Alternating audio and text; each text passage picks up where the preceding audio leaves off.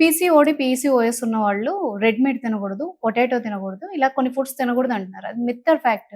ఈ PCOS, PCOD, insulin resistance ఇట్లాంటి hormonal issues ఏవున్నా హ్మ్. ఇలాంటి ఆహారం తీసుకోవద్దు అని స్పెసిఫిక్ సిచ్యువేషన్స్ లో స్పెసిఫిక్ పీపుల్ మనకు సజెస్ట్ చేయడానికి రీజన్ ఏంటంటే హ్మ్.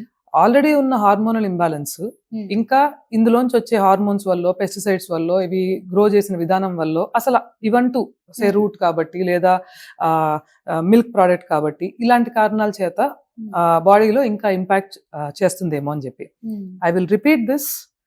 మీ కేస్ తీసుకుని ట్రయల్ అండ్ ఎర్రర్ మీద ఒక 3 weeks 2 weeks చూసుకుంటూ సిమ్టమాటిక్ రిప్రజెంటేషన్స్ ఉంటాయి. ఇంబ్యాలెన్స్ ఉన్నప్పుడు అగైన్ నిద్ర, ఫ్రెష్గా లేవలేకపోవడం, సరైన నిద్ర లేకపోవడం, all through the energy degrade అవడం, ఈ అబ్జార్ప్షన్ సరిగా లేకపోవడం వల్ల అనీజినెస్, ఇవన్నీ ఇలా ఉన్నప్పుడు న్యాచురల్గా స్ట్రెస్, మూడ్ స్వింగ్స్.